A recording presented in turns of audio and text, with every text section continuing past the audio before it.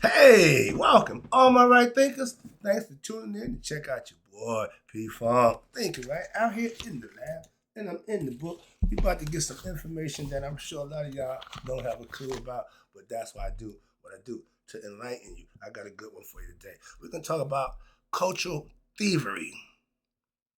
If you steal a culture's god, you gonna steal their culture also. We got African Egyptian remnants on everything in America.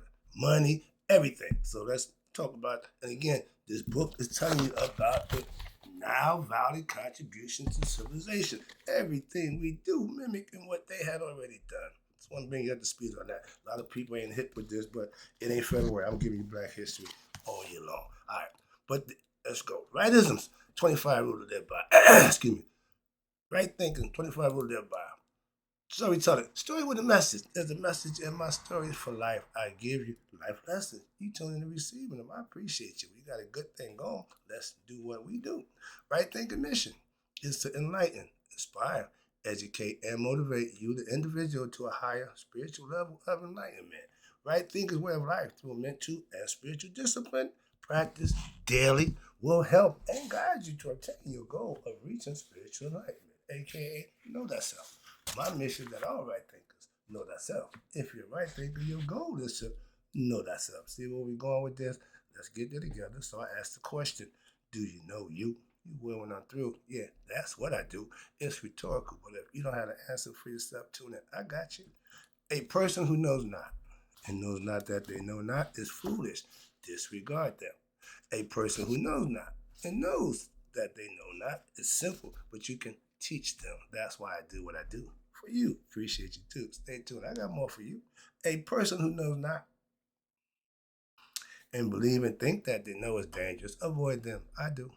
A person who knows and knows not that they know is spiritually asleep. I can awaken them. I'm the spiritual alarm clock here to wake you up with knowledge of self. That's what I do for you. A person who knows and knows that they know is wise. Follow them. All these persons reside in you. Right thinkers, know thyself and too. Might not be true. Good stuff here.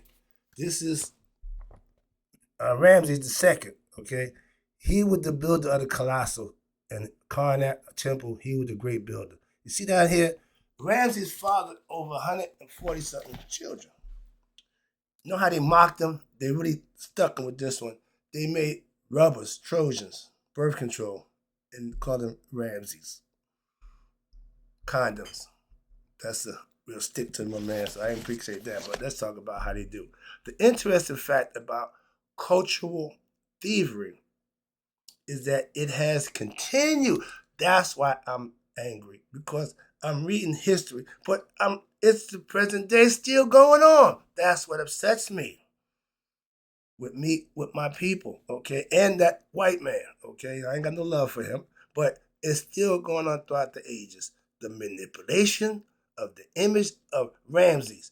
We were Egyptians were black people. The Europeans start lighting them up, lighting them up, lighting them up. That movie, Ten Commandments, Cecil B. DeMille got y'all all messed up. But it's obvious he was racist and prejudiced too. Why? The Pharaoh, white. All the servants, black. If you look at it, you see the people, Moses, white. Pharaoh, white. The queen, white. All the servants, black. So they knew what they was doing. That's the image. Again, the mind game. Ramses the second, the manipulation of the image of Ramses the second provides an excellent example. That's what I'm working with right now. Ramses the second was the king of Kemet, right? During the 19th dynasty. Now, according to them, when they show you this Moses nonsense, Ramses is supposed to have been the king, the pharaoh.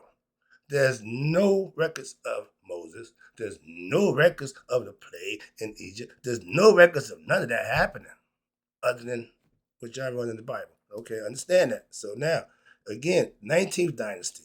He ruled from approximately 1292 BCE to 1225 BCE.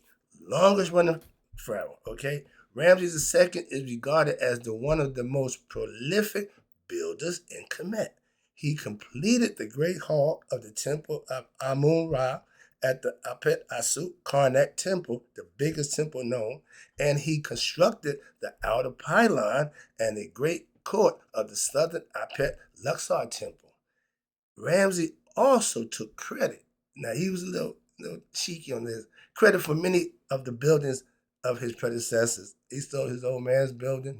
He didn't care. That's like me taking his stuff and taking credit for it. Would never do that. He liked stuff that I didn't particularly care for, so I would never do that. But that's what he did. Okay, make himself, big himself up. Okay, ego, we got that. Okay, but watch this. Now, Ramsey also took credit for many of the buildings of his predecessors, often replacing their names with his. One of Ramsey's most impressive creations, though, was his marvelous temple at Abu Simbel. That's the picture I showed you, right? The big face on the wall. Okay, that was for one of his wives, one of his favorite wives, which was also built near the border of Kemet and Nubia. Ramses also had a number of wives and is said to have fathered more than 140 children. Ramses was getting busy. He was getting busy than a one-legged man in the ass-kicking contest. Oh, I seen the one-legged man in the dance contest, and he won. One leg. I freaked me out. Blew my mind. He got busy. And I said, that joke was to admit, you can imagine a man kicking ass and the one leg kicking ass. And that's what he was doing, kicking ass with one leg. He did his thing. But yeah, but Ramsey was getting busy. 140-something kids, I think they said 80 of them were males. And none of them got to be Pharaoh. They all grew up thinking they're going to be the next Pharaoh. He outlived everybody. He knew what he was doing. All right. Plus, he was getting busy. All right. But there have been numerous depictions of Ramses. Okay. Not your Brenner. Your Brenner ain't Ramses. But everybody who Cecil B. DeMille, they see the oceans go up, the sea parted, the waters are there. Cecil B. DeMille's great movie, man. Great stuff. But he got y'all minds all messed up. With that movie messed y'all up. Okay. And there's so much wrong stuff in there that I ain't even point out. I ain't got time for that. Y'all would be mad with me. Why? All that stuff was made up. All of it. All of it. All of it. That's all of it. Moving on. Sorry about that. But Ramsey was real. All right. The other stuff, no. And there have been numerous depictions of Ramses II throughout the past 40 years. And a few have portrayed him as African, which he was. Probably one of the most well-known portrayals of Ramses was Ewan Brenner. And he got y'all believing he's Ramses in y'all mind, just like Malcolm X. Denzel Washington played Malcolm X. Y'all see Denzel as Malcolm X, not Malcolm X as Malcolm X, because their mind, because that's the whole thing about the image in the mind. They play the mind game. I'm trying to teach y'all to use your damn mind so you don't be caught up in the game. But that's what they did. Ewan Brenner in 1956 film, The Ten Commandments. A bunch of red, oily, white people perpetrating being Egyptians. But they had to do that with the real Egyptians. They let them play the regular role, the slaves. But the higher ups, they was all olive colored. Europeans. Okay, again, racism. But in now, motion picture, all the Egyptians, Ramses, Moses, and the well-publicized cast of thousands were played by Europeans. That's what I'm trying to tell you. I don't make it up. I'm just giving you the facts that everybody ain't paying attention to. What's this? They got away with it. In the 50s, they can do that. Only the slaves of the Nubians were portrayed as African. How you going to separate Ethiopian, Egypt, and Nubia, and Sudan? They all the same people. They showed you that. Different culture, but the same people. In color and in stature, they all black. Hell, Egypt mean blackface, burnt face. I know that much. Why? Because I studied from y'all. Y'all call the Egyptians burnt face. Not niggas. No, not Negroid, but Egyptians. Same thing. Why we call them niggas? Moving on. Don't get me caught up in that nonsense. I go all over the place with this, but I'm just trying to stick with the idea they stole our culture. They thieves of God's culture and anything else they can get their hands on it and publicize like it's theirs, when knowing it's not. But now the jig is about to come up. But now they say, oh, it wasn't us, it was them. We ain't know nothing about it. Moving on. Get that past that. All right. But you have been played the Pharaoh in the Ten Commandments movie. But they showed you, they just told you, everybody was white other than the Nubians. The only ones that played the natural role was the Nubians. In May 1966, National Geographic featured a story on an international project to save the temple of Abu Simbel from destruction. They would have a flood. So they moved it to higher ground. Okay, that's fine. But that issue contained a series of illustrations that portrayed the design and the construction of the dedication of the temple of Ramses II as it may have appeared more than 3,000 years ago. In the illustrations, every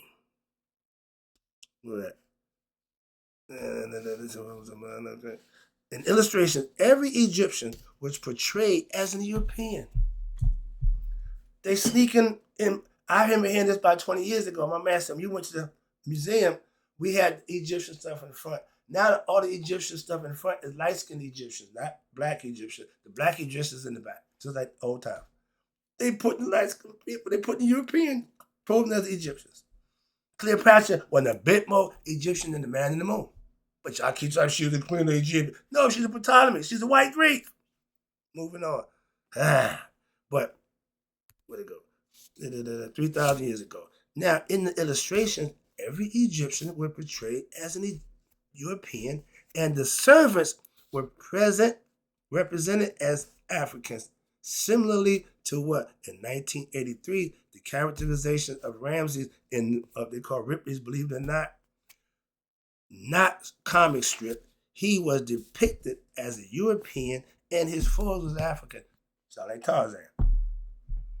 They take the white man and make him superior over the black people. But he ain't black. But he running everything black. A cracker ain't coming to the hood and doing a damn thing. We ain't allowing that. Simple as that. It's just that simple. So that don't carry weight with me. But there are symbols which originated out of the Nile Valley that's still being present today and become indelibly linked to the corporate identity. I'm about to show you that little trick they play with you on that too. I'm about to have some fun. But the identities of multi-million-dollar enterprises, taking our ancient signs and symbols and manifesting them to make a bunch of money. Okay? And we don't have a clue. All right? The symbols in which originate the Nile Valley. Yet one would never associate, watch this, Africans with these images. Why is that? Because of the successful mind manipulation of the African images of history. They lighten them up, so they don't know the difference from the Europeans and Africa. There's a difference. I showed you earlier the thing with the condoms, right? Let me read this little side quick for you right quick. It says here, in 1983, Schmidt Products Company produced this ad for Ramses condoms, which is antithetical to Ramses' productivity to produce heirs to the throne. It has been stated that Ramses II sired more than 80 sons. Now, this concept of bringing offspring and heir, your boy Elijah Muhammad had the same concept. Because he wanted to sire, make other women, young girls pregnant. That's what he was doing. Because he was the, whatever you want to call himself. Okay? That's just sexually perversion. Ego, having pleasure. That's it. So if you want to keep drilling your seed into people, making them pregnant, that's if you're in a position to do that, yeah. But that ain't what it's all about. Moving on. And that's what, Elijah Muhammad fell out with Malcolm about. Malcolm didn't see it that way. Okay? Yeah. We talking about godly men. Certain things godly men don't do. So don't tell me you're a godly man and you're doing devilish stuff. Don't work that way. Moving on. And if you are serious, you want to be with them people. That's where they parted ways. If you're doing something I'm not going to be with you. I used to work somewhere. I didn't like what's going on. I left. Moving on. So that's what you do. If they ain't doing what you're doing, don't do it with them. They can continue to do what they're doing. I'm going to do what I do by myself. I can do that. Okay, here's a few signs. And all of these are African originated signs. See the serpent? We got the caduceus. You got the single serpent. You got the stick with Moses. You got the veterinarian. You got the dentistry. You got the prescription. And you come down here to the all-seeing eye. This is all Egyptian stuff. This is all our stuff, the non-violent stuff that they got from us and use it for other purpose and intentions. Watch this. Let me break it down for you right quick. All right. The caduceus. That's the first one up top here, right here. Now, I know that to be I said and that's that. Okay? The two sisters, the twin sisters, the serpent. You see me do that all the time back in the day. That's them going up Asar, the staff of Asar. That's the caduceus. That's the medical side. Got the wings, got the sun disc. The caduceus is currently used as a symbol representing a variety of disciplines. I just told you about them. Now, in the medical profession, they use it a little different for a more noble and glorious purpose. Watch this. General practitioners, dentists, ophthalmologists, and veterinarians all use various modifications of the caduceus as their logos. Okay? This symbol has been associated with the Roman god Mercury. He's the last on the list. You got Roman, Greek, and then Egypt. Kemet. Kemet gods is Tahuti. The Greeks called them Hermes Trismegistus or Thoth. The Romans called him Mercury. Same guy, but different names and different concepts. Again, this has been going on for a long time. Don't get caught up in that. But when you're learning, you want to know the difference. And you got Mercury, which has logos from the Romans associated with Mercury, the god, his Greek predecessor, Hermes, again, Thoth. And at one time, it referred to what? As the staff of Hermes. Both Mercury and Hermes evolved from the Nile Valley Netchet Tahuti. I do this before I come here. I have all this already laid out, so I'm coming to give a lesson and interject what I know about it from the other side. Now, Tahuti, who was also associated with medicine before Imhotep, there are a number of carvings in Egypt where what? One can see Tahuti holding a staff with a cobra entwined around it. This emblem can also be found adorning the walls of many ancient temples with the serpentine staff and became the symbol now referred to as the caduceus. Okay? But they had two serpents. Everybody else got one. And you see that here, the dentistry got used the same thing. He just put the D there. But most of them, Moses in the wilderness, used it one. They just get bit by. They had a story for all of it. But it's all symbology. It's all symbolical. But if you understood it, it makes sense. Now you can practice what? The symbolism behind it and understand what it is. If you're Mason, you understand esoteric teaching, learning between the compass and the square, and know what its purpose for a different, more glorious and noble purpose. That's esoteric teachings. What's this? Now we got the RX, the prescription, abbreviation for prescriptions. It was derived from the Latin recipe, which means to take medicine. All right. The prescription symbol, the RX symbol, was first introduced by the Roman physician Galen, who used this sign when writing prescriptions for his patients. The prescription sign is but a stylized version of what? Ujah. All saying that. What's this? Which is distinctly African symbol that represents several complex themes. This can go a few ways, okay? And the right eye is a symbol for the sun, is called the eye of Haru. The left eye, which the prescription represents, is the symbol for the moon, and it is called the eye of Tahuti. You know that? Nobody talks about that. See, those are things that you don't learn unless you study and then get into esoteric teachings. But as an amulet, the symbol placed the wearer under what? Protection of Tahuti, and brought good health, happiness, and protection from harm. This is symbolically of what? An amulet that's going to protect you. Sound familiar? These expressions of good fortune are embodied in the word Uchat, which meant a whole or sound of mind and body. That is health or freedom from disease. You're free from what? Antibiotics on your body make you run down, but your body's working on full system. You can beat off all your antibodies in the body. You can do that on your own. But they got remedies to help you with that. That's what the doctors knew about. They knew about herbs. They knew about medicine. Moving on. We'll get this out the way.